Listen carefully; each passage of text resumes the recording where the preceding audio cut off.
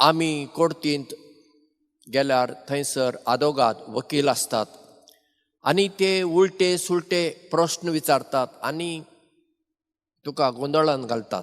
तें तांचें काम. असोच एकलो आदोगाद जेजूक विचारता. हरशीं ताका ताच्या प्रश्नांची जाप ताका खबर आसा, पूण जेजूक कशाक धरूंक जाय, जेजूक मातशें त्रासान घालूंक जाय ह्या उद्देशान तो जेजूक विचारता, सासणाचें जिवीत जोडूंक हांवें कितें करूंक जाय.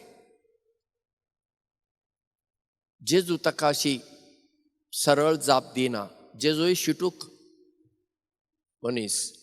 तो ताका म्हणटा, कायद्यान कितें बरयलेलें आसा. आनी मागीर तो वकील ताका सांगता, देवाचो मोग करूंक जाय आनी पेल्याचोय करूंक जाय. जेजू म्हणटा, तूंय तशेंच कर आनी तुका सासणाचें जिवीत मेळटलें. पूण तो वकील ताका हार मानूंक घेवंक नाका, ताका जिखूंक जाय. देखून तो जेजूक आनी एक प्रश्न विचारता, तर म्हजो पेलो कोण? आनी तेन्ना ताका जेजू बऱ्या सामरेकाराची ओपार सांगता, ती आमी आयकली. आतां हे सामरेकार म्हणजे कोण? जुदेव हांचे मदें व्हडले दोन पंगड. एक जुदेव, ते आपणाक शुद्ध, आमी खरे जुदेव. ते भायले कोण सामरेकार भायले सकयले अशें चिंताले. कित्याक सामरेकार जुदेवूच आसले, पूण त्या वाठारांत रावपी हेर धर्माच्या लोकां कडेन तांची काजारां जालीं, तांच्यो चाली रिती घेतल्यो.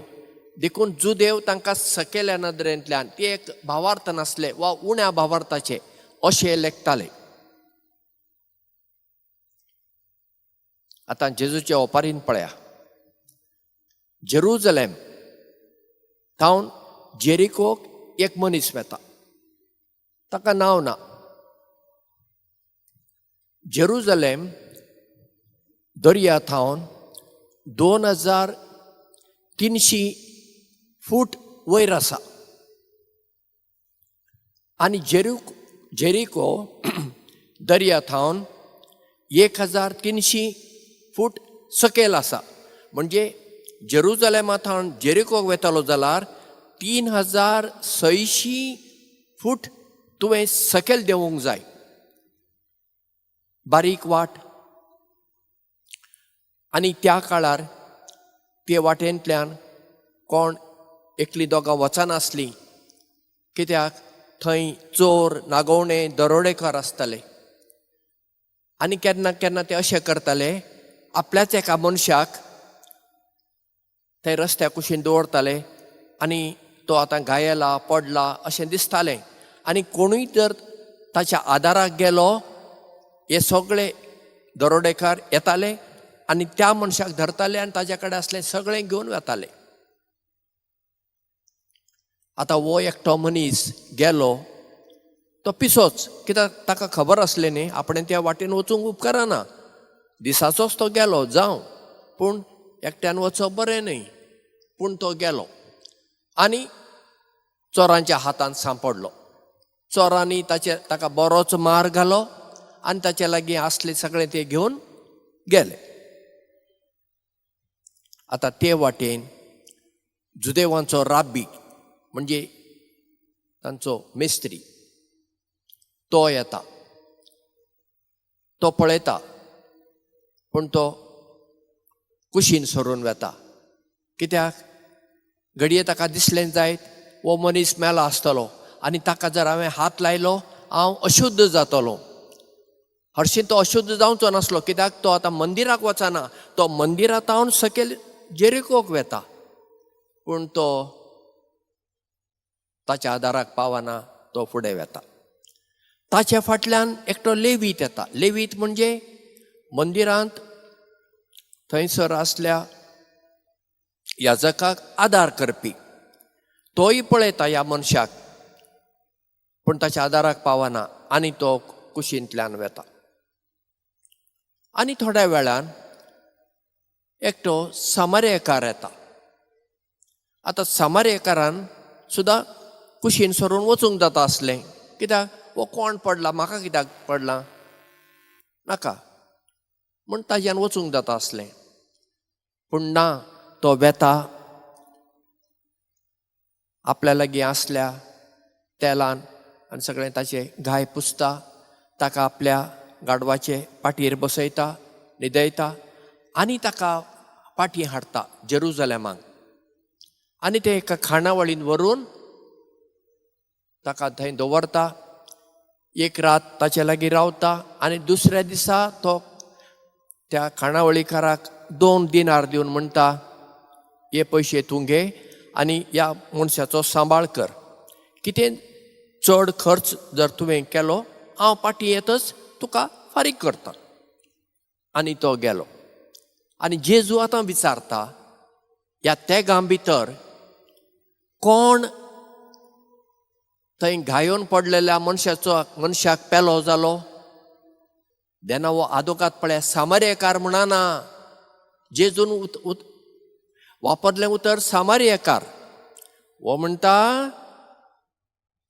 कोणें ताचेर दया दाखयली तो. आनी जेजू म्हणटा आतां तूंय वच आनी तेंच कर. आतां ही वोपार आमी आमकां वापरुया. आमी हे वोपारीन कोण गाय? राबी, लेवीत वो सामारेकार. आमचे मदें चडशीं त्या राबी आनी लेविता भाशेन वागतात. आमी सयत पाद्री माद्री आमी धरून सयत. रस्त्या कुशीन एक मनीस पडला, गडे एक्सिडेंट जाला. आमचो लोक कितें करतात आतां, मोबायल घेवन व्हिडिओ काडटात आनी घालतात रोखडेंच. पळय हांवें ती पयली खबर दिल्ली एक्सिडेंटाची, नांव जोडूंक. अरे बाबा, तुजो व्हिडिओ कितें उपकारता? तुवें मारूंक जाय आसलो फोन पुलिसांक, नाजाल्यार 108 108. ना, तें आमी चडशें करूंक वचना. कांय वर्सां आदीं आमचो एकटो तरणाटो जेजुईत पाद्री, म्हाका दिसता आयताराचें आसतलें, सारको मात उगड आसना, तो राया थावन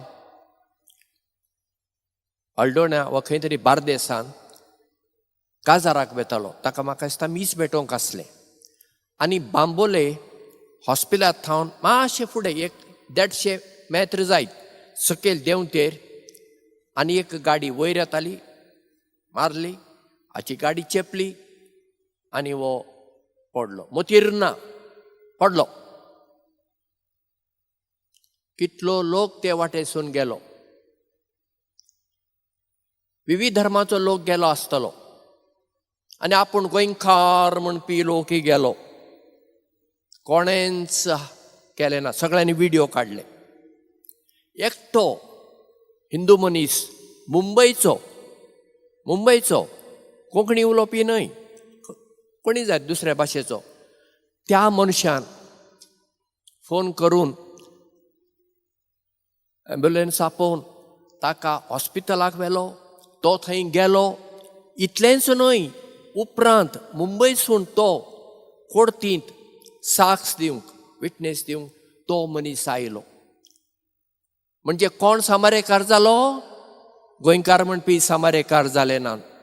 जावं क्रिस्तांव, जावं हिंदू, जावं मुसलमान जालो एकटो भायलो घांटी सामारेकार जालो. पळया, आमी आमच्या जिवितांत जेजूची शिकोवण जियोंक जाय. आनी कोण जेजूची शिकोवण जियेता ताका तो लागना. तो मनीस कोण? अरे बाबा, तो पडला, ताजे एक्सिडेंट जाला, कितें जाला, पळोवया, करुया. बरें, आमकां जर भिरांत दिसता आमी पुलिसींक फोन मारूंक जाता न्ही आनी सांगूंक जाता न्ही. आतांचो कायदो म्हणटा तुवें जर पुलिसींक केलें तुका कांय मागीर ते आपोवचें नात. ते येतले आनी कितें करूंक जाय ते करतात न्ही. पूण तें करूंक आमी तयार आसा. आमी म्हणटा आमकां कित्याक पडला, कोण सोरो पिवन पडला आसतलो म्हूण सोरो पिवन एक्सिडेंट जाला आसतलो आनी कितें पळय, अशें करून आमी दोळे धांपून वेता आनी त्या राब्बी आनी लेविता भाशेन आमी वागता. आमच्या जिवितांत आमी दुसऱ्या कडेन पळयतना तो म्हजो गांवचो, तो म्हजो सयरो, तो म्हजो इश्ट, ती म्हजी इश्टीण, हें पळोवंक उपकारना. त्या मनशाक म्हजी गरज आसा देखून तो म्हाका शेजारी. जेजूचे नदरेंतल्यान शेजारी म्हणजे तुज्या शेजारा रावता तोच न्हय, कोणाक तुजी गरज आसा तो तुजो शेजारी जाता. जेजू आमचो शेजारी जालो कित्याक जेजून आमचे खातीर आपलो जीव दिलो. जर जेजू जर आमचो शेजारी जालो तर आमी दुसऱ्यांक शेजारी जावं नाका ना. तर जाल्यार आमी क्रिस्तांव म्हूण सांगून कितें फायदो? मिसाक येवन कितें फायदो? रजार मागणें करून नोवेनां करून कितें फायदो? आमच्या उतरांतल्यान न्हय, आमच्या करण्यांतल्यान आमी दाखोवंक जाय आमी खरीं क्रिस्तांवां. आनी खरीं क्रिस्तांवां जेजूची शिकवण पुर्ती पाळटात. देवाचो मोग आनी मनशाचो मोग म्हणजे एका नाण्याच्यो दोन कुशी. नाणें तुमी पळयलां, कॉयन, ताका दोन कुशी आसात, त्यो वेगळ्यो, पूण त्यो वेगळ्यो करूंक जायना. तुका जर देवाचो खरो मोग आसा तुका मनशांचो खरो मोग आसूंकूच जाय. तुज्यान म्हणूंक जायना हांव देवाचो मोग करतां पूण दुसऱ्यांचो मनशांचो मोग करिना, हांव सुण्यांचो करतां, माजराचो करतां. आनी तुका मनशांचो मोग आसा, तूं खरो मनशांचो मोग करताय, तूं देवाचो मोग करताय. कित्याक देवाक आमी पळोवंक ना. दोळ्यांक दिसपी म्हज्या भावांक आनी भयणीक हांव आदाराक पावना आनी दोळ्याक दिसनासल्या देवाचो मोग करता म्हणल्यार हांव फटकेरो म्हणटा सांजू हांव. तर आयच्या मिसान देवाचें उतर आमी आयकता. आमी खरी क्रिस्तांवां जावया. जात कात धर्म रंग कितेंच पळयनासतना कोण गरज्या आकांताक सांपडला त्या मनशांक पावुया. कित्याक ती मनशां आमचे भाव, आमच्यो भयणी.